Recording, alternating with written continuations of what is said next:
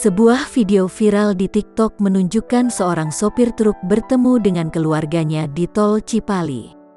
Awalnya video menunjukkan seorang remaja laki-laki duduk di dekat pembatas jalan tol. Anak laki-laki itu ditemani wanita berkerudung biru yang menenteng dua plastik.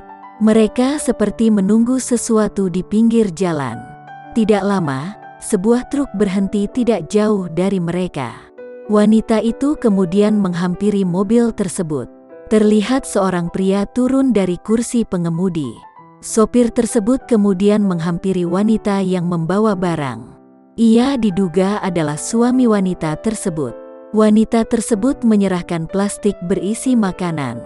Tidak hanya sang istri, sopir truk itu juga membawa barang untuk diberikan kepada keluarganya. Istri dan anaknya mencium tangan sopir truk sebelum ia kembali melanjutkan perjalanan. Sopir itu naik ke truk melambaikan tangan ke keluarganya. Truk itu kemudian melaju pergi meninggalkan sang istri dan anak di belakang. Pertemuan itu berlangsung singkat, namun momen tersebut membuat netizen terharu.